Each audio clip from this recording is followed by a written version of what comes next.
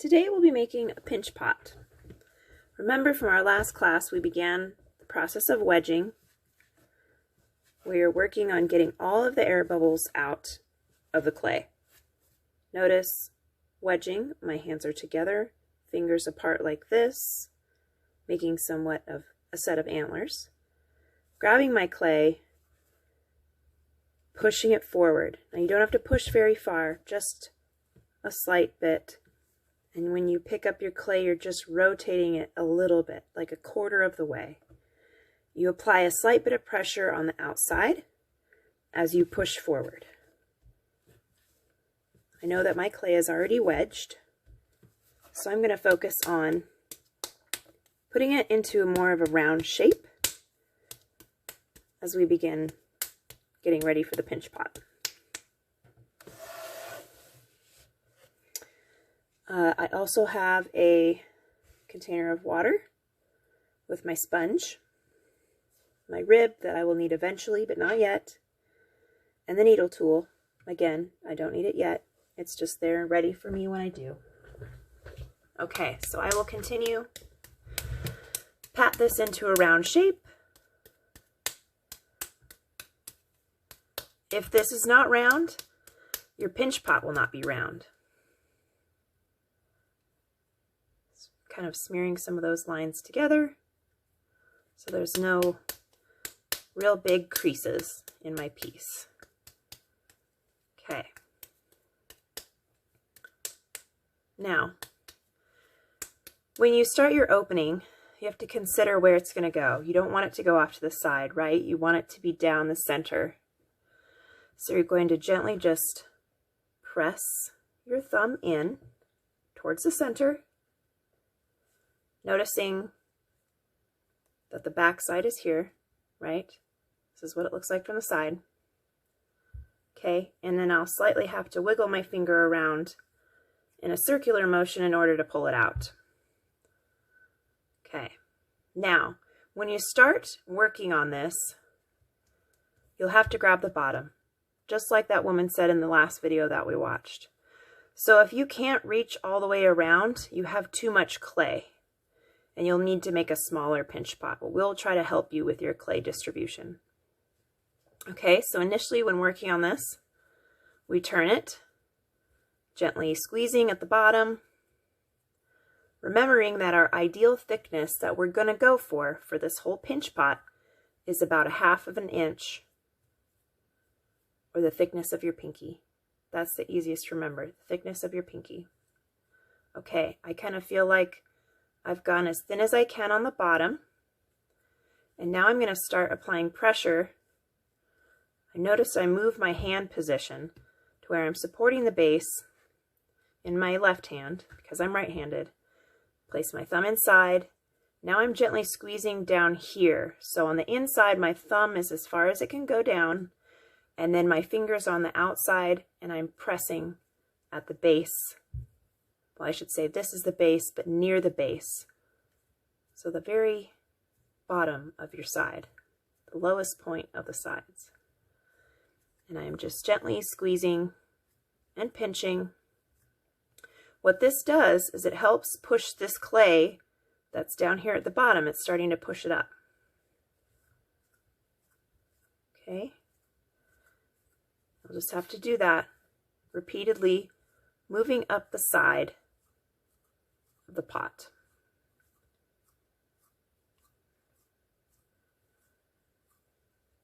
Notice the hole on the top is starting to widen, and I'm already getting a few surface cracks that could have been there before, but whenever you get those surface cracks, make sure to smear your clay over it. Okay? Continue.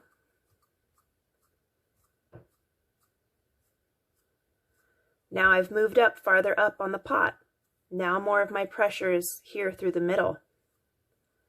So this process can really take place fairly quickly. Again, as I press or apply pressure and pinch the pot, I'm really trying not to squeeze very hard. It's pretty lightly. If you squeeze too hard, you risk creating too thin of an area. So now I'm kind of going back over the center space of my pot, just kind of checking the thickness of my wall and really feeling the walls to make sure they're not too thick and hoping they're not too thin. Okay. Then I'll continue to move up farther on my piece. Kind of went going the opposite rotation that I was comfortable going. We'll go back. And gently squeezing. I really mean gently, because if you do, like I said, if you press too hard and your clay is really soft, you'll risk making that too thin. Okay. I'm starting to work up a little farther on my piece. This is where I feel like I really have to be careful because your clay is very flexible and you can widen this hole too much. You know, if you're applying too much pressure and you're not supporting it enough in this hand. So make sure you're holding on to this. Otherwise, if I were to let this go, my whole piece would turn that direction. It would just droop. All right, look, I've got a lot of surface tension here. So I'm going back over and smoothing that out. It doesn't have to be pretty right now. You're just essentially covering up those cracks. Okay. All right. Now I'm working a little bit more on this top area, feeling through. Right here I felt like it was much thinner than right here. So I kind of skipped pinching it. Moved on to this next part.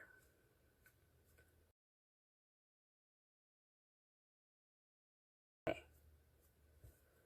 Now I've worked my way up towards the top of the pot, and I'm now working on more of the lip and just this ledge here. Oop, I squeezed a little too hard there. Look, it already thinned it out.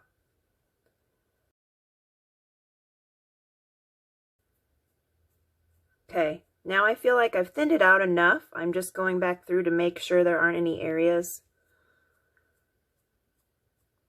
that could be smoothed, or excuse me, not smoothed, but pinched a little bit more.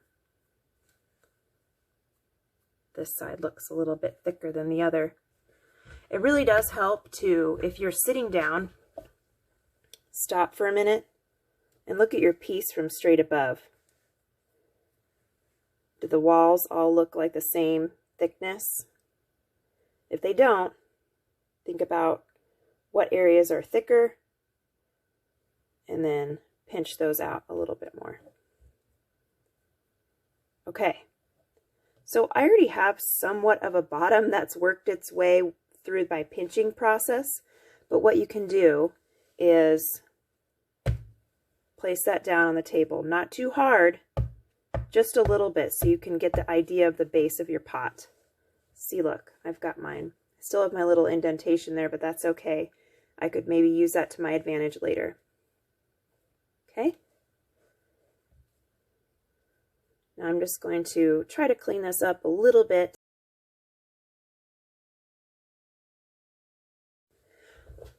Okay, so one thing to remember, you can, just like in the video, gently squeeze on the outsides.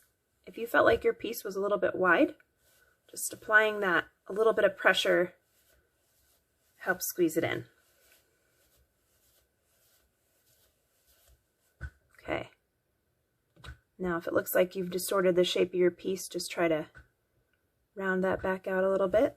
Remember, this clay is in the plastic wet stage, so it's very flexible. Okay, I will start with a clean as possible rib. And I'm going to focus on smoothing out the edges of this piece.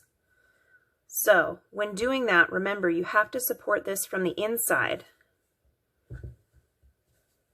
So as I push, I can kind of feel that pressure on the inside of the pot. Now you want to support it because if you press too hard, you might distort and mess up the shape of your piece.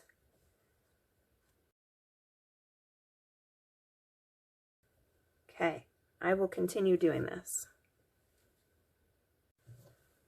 Okay, I've now made it all the way around my piece using the rib tool to help smooth out those sides.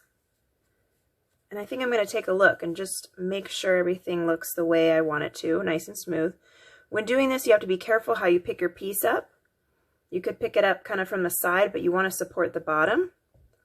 Or I'm going to place my hand over the top and then just tilt it in my hand. Okay, it's looking pretty smoothed out. There might be a few little surfaces that have some indentations that once I see, I will directly smooth out. Remember, put your hand inside. That supports your piece.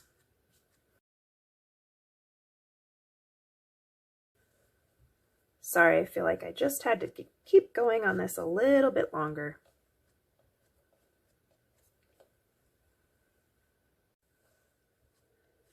One thing I would like to mention is this is so much easier to do when you're standing. If you're sitting, you really have to arch your wrist. So I definitely recommend doing this standing. I spent a little more time smoothing out my sides. It takes a little bit longer than you might think. Okay, now I'm ready to turn it over. Check on my progress, see how much smoother this area is. We'll clean that up, so don't worry about that. And I'll gently place it down on the lip of the piece. And I'm going to wipe off my rib, which you can do with a rag, or you can get this wet and wipe it off on your sponge. Okay, now as I clean my piece, I'm going to go the opposite direction as I was before. Before I was pulling this up and holding my rib to where you could actually, it was facing you. But now as I move along the sides, I'm going to turn it the other direction. So that way I can remove that extra material that was along this edge. But I'm going to be very careful when I move my piece. You could have this placed on top of a paper towel like she mentioned in the video. Makes it a little bit easier to move your piece. And then you can remove that extra clay as you work. Just smoothing out the edges.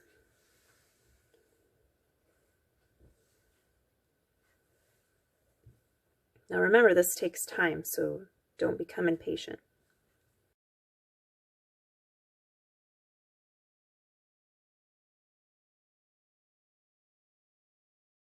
You can also use this as an opportunity to look at how centered your piece is. And what that means is the bottom of this, look at this circular shape that it's making. Try to see if that is in the center of this circle, the larger circle that you're seeing when you're staring at it from above, that circle where your lip is of the piece. And see how centered that is and where you might want to remove some clay. And I think I'd want to remove some from here. That could also be the shadow. But nope, it looks like it over here as well. So take some time doing that and cleaning up this edge right here, narrowing it to try and get it to be as centered as possible.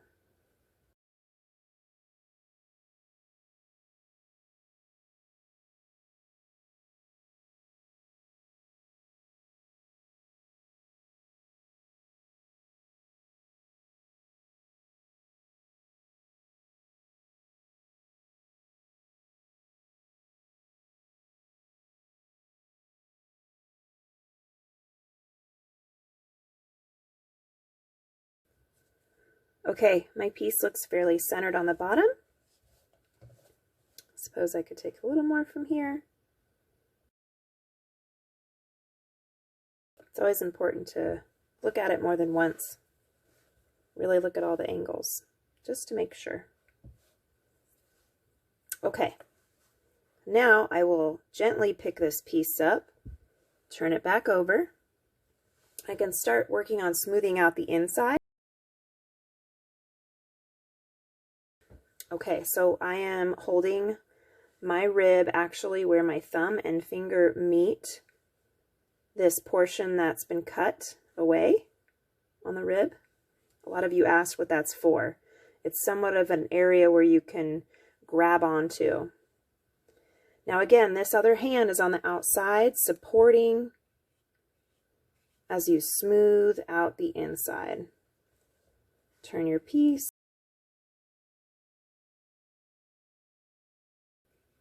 I'm not too worried about the lip of my piece yet. Just working on the inside. You can remove that clay as you work, otherwise it can get in your way a little later. As you see, well, you might not see from that angle. See those lines right there? That's being caused by the rib. If I were to make too aggressive of a motion on the inside here, because that clay is still very moldable and you can create lines fairly easily. So now that I've gone all the way around and done my walls, I'm going to kind of work on this part here and this portion here. When working on this area, you can use this part of the tool instead of this part.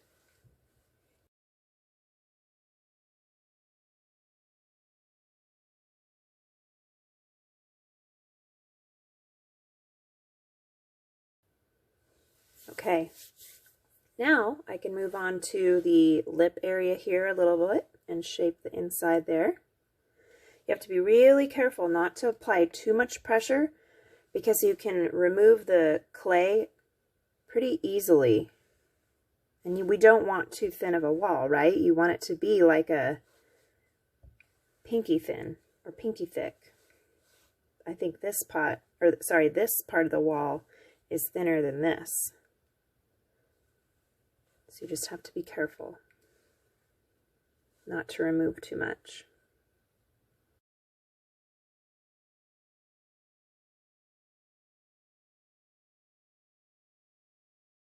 Once you get to this point, don't worry too much about the lip of this and cleaning that up. We can work on that when it's leather hard. So at this point, this is probably as much as you can do within one day. And I will turn my piece over, write my name, make sure it's legible, make sure it can be read, and whatever number class period you're in. I'll just put 3 as an example. Okay, and then we will store this away for safekeeping, making it until we can get it leather hard.